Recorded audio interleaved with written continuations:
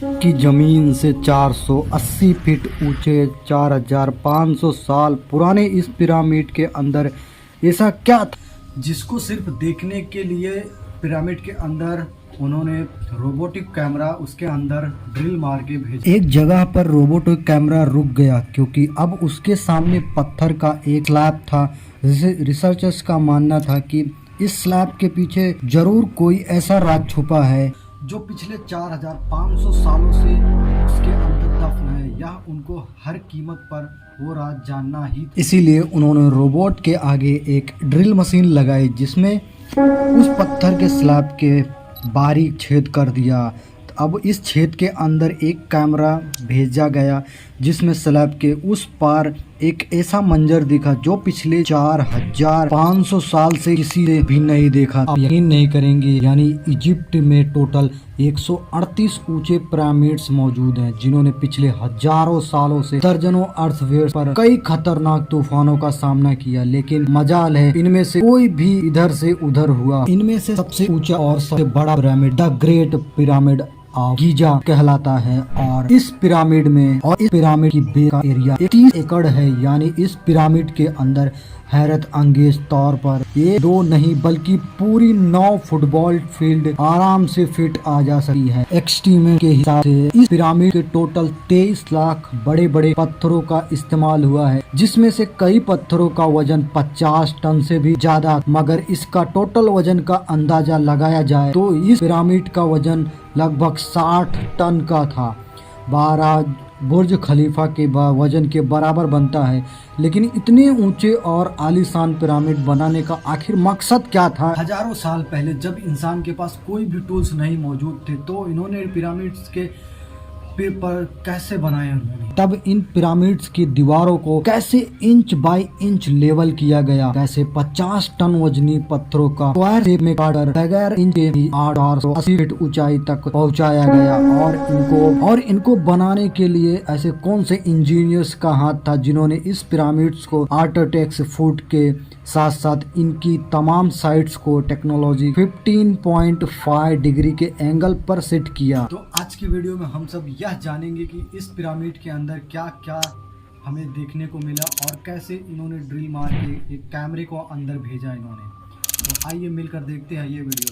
तो शुरू स्टार्ट करते हैं। Challenge number 1। कई सदियों के मुताबिक रिसर्च टीम की पिरामिड की कंस्ट्रक्शन टेक्निक जानने के लिए जोड़ कर बैठी थी। आखिर पिरामिड की हर side technically north, south, east and west पर बगैर कैंपस के कैसे सेट की गई होगी। कई एक्सपर्ट्स का मानना है कि उस टाइम के आर्किटेक्ट ने सबसे पहले ऐसी ज़मीन तलाश की होगी जो लाखों टन वजन पत्थरों का वजन झेल सके। उसके बाद पोलर स्टार यानी वो सितारे जिनकी मदद से अर्थ के पोल्स का पता लगता है, उनकी मदद से पिरामिड की हर साइड को मार्क किया गया। ना कोई कंपास और ना ही कोई आर्टिकल्स इंस्ट्रूमेंट्स, सिर्फ इस बेसिस टेक्निक से हजारों साल पहले इस पिरामिड सेट की गई और वह भी जीरो के साथ सेट की गई। तो चैलेंज नंबर 2 में हम देखेंगे आगे के प्रोसेस में क्या कैसे उन्होंने किया। फर्स्ट में हमने ये देखा, अभी सेकंड में हम देखेंगे चैलेंज नंबर 2। अगला चैलेंज था जमीन को लेवल करने का। जिस 13 एकड़ की जमीन पर पिरामिड को बना था उसका लेवल थोड़ा सा भी आउट होता तो 23 लाख पत्थरों को इस पहाड़ का खड़ा होना बिल्कुल भी मुमकिन नहीं था। अब इस जमीन को लेकर केवल के लिए उस टाइम के इंजीनियर्स के पास ना कोई लेवल था, ना कोई लेज़र था, ना ही उनके पास कोई नोबल प्लास था। एक्सपर्ट्स का मानना है कि कंस्ट्रक्शन साइट के चारों साइड पर खड़ा करके उन्होंने पानी डाला होगा और फिर एक साइड के पानी केवल एक दूसरे के साइड्स के लेवल को मैच किया गया होगा। जो ज़मीन का हिस्सा पानी के लेवल से मैच नहीं कर पा रहा होगा उसको छीनी और हथौड़े की मदद से काट कर लेवल किया गया होगा। कई एक्सपर्ट्स का मानना है कि इस इंस्ट्रूमेंट इजिप्ट ने इस सिंपल टूल्स का भी इस्तेमाल किया था जिसने दोनों साइड्स पर लकड़ियों और उसके ठीक सेंटर पर एक रस्सी से पत्थर बांधा हुआ था। अगर था जब इसे हो गया और उसकी रस्सी ठीक सेंटर लाइन पर आ रही हो तो इसका मतलब यह है कि बीच ज़मीन परफेक्टली लेवल है। चैलेंज नंबर 3 हम ये देखते हैं। अब पिरामिड कंस्ट्रक्शन साइट पर डायरेक्शन भी सेट थी, मार्किंग भी हो चुकी थी और ज़मीन का लेवल भी सेट था। अब बारी थी कंस्ट्रक्शन स्टार्ट करने की, जिसके लिए लाखों टन वजनी और बड़े पत्थर रिक्वायर्ड थे। लेकिन यह पत्थर काटने के लिए ना ही कोई उनके पास ग्राइंडर थे और ना ही कोई उनके पास जैक थे। लेकिन फिर भी उन्होंने 50 टन वजनी पत्थर काटे, वो भी बिना स्क्वायर और रेक्टेंगुलर के 6 शेप भी दिया। लेकिन आखिर किसकी मदद से जो उन्होंने काटा, ऐसा पत्थर किस बेस से काटा उन्होंने? यह वही सिर्फ एक टूल जिसकी मदद से पत्थरों को काटा गया। एक्सपर्ट का मानना था कि पिरामिड कंस्ट्रक्शंस पर इस्तेमाल होने वाली यानी सिर्फ कॉपर से ही नहीं बनी थी, क्योंकि उनको भी यह बात मालूम था कि यह बात उनको अच्छे से पता था कि कॉपर नरम होता है और पत्थर नहीं काट सकता है। इसीलिए इसमें एक केमिकल आर्सेनिक भी शामिल किया गया। कॉपर और आर्सेनिक से बनाई जाने वाली यानी 2 लकड़ियों से हथौड़ों से पत्थरों पर ठोकी जाती है और कई घंटों की मेहनत के बाद बड़े बड़े पत्थर शेप में लाए जाते थे।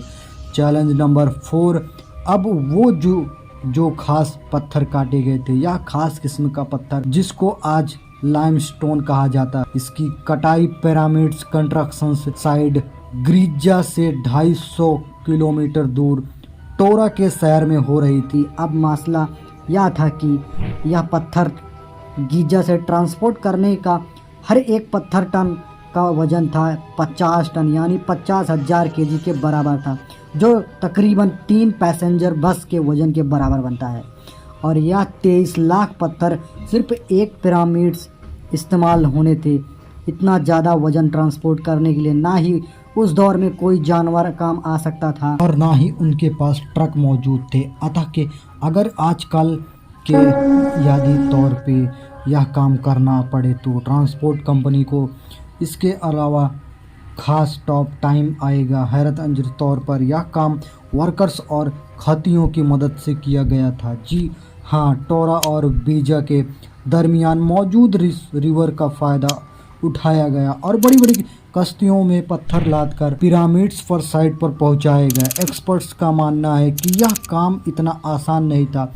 शिफ्ट में इतने बड़े पत्थर की लोडिंग और अनलोडिंग में कम से कम 500 मजदूर का आर्मी एक ही वक्त में लगाई गई होगी।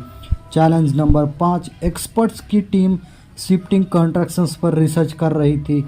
उनको अब अपने कई सवालों के जवाब मिल चुके थे, लेकिन एक बात उनको हर वक्त सता रही थी कि लाइन स्टोन कट भी गए, ट्रांसपोर्ट भी हो गए। कंस्ट्रक्शंस के दौरान एक आपके ऊपर एक लगना भी शुरू हो गया। मामला यहाँ तक कि पत्थर इतनी ऊंचाई तक आखिर पहुँचेंगे। कई एक्सपर्ट्स का तो मानना यह था कि पिरामिड कंस्ट्रक्शन से पहले ही यह प्लान कर लिया गया था, तो यह स्पाइरल ट्रक के जरिए ऊपर होंगे या फिर जिगजैग के तरीके से।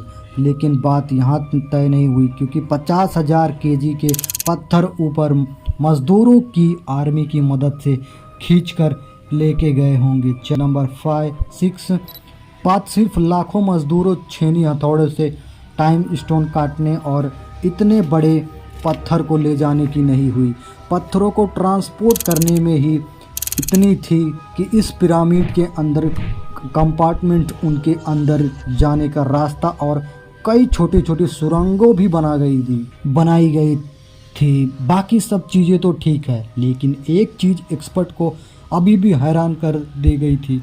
वह यह थी कि अंदर के कंपार्टमेंट में जो पत्थर इस्तेमाल हुआ था वह लाइन स्टोन नहीं बल्कि ग्रेनाइट था। ग्रेनाइट, जी हाँ, ग्रेनाइट एक ऐसा पत्थर है जो डायमंड के बाद दुनिया का सबसे शक्तिहीन स्टोन माना जाता है। यह गूगल के मॉडर्न दौर में 2 ग्रेनाइट बड़े बड़े ग्राइंडर की मदद से सिवा काटे ही नहीं जा सकते थे। दुनिया भर के कई आर्टिकल्स एक्सपर्ट्स को पिरामिड का विजिट भी करवाया गया, लेकिन किसी को भी इस बात का सुराग नहीं मिला कि 4500 साल पहले इंजीनियर्स ने जो ग्रेनाइट के ठोस पत्थर को इतनी सफाई से कैसे काटा था। आखिर कई सालों के बाद एक्सपर्ट ने इस मिस्ट्री को भी सॉल्व कर दिया। एक्सपर्ट्स का इतनी सफाई से एक ऐसे आरे का काटा था जिसके पास दांत भी नहीं था।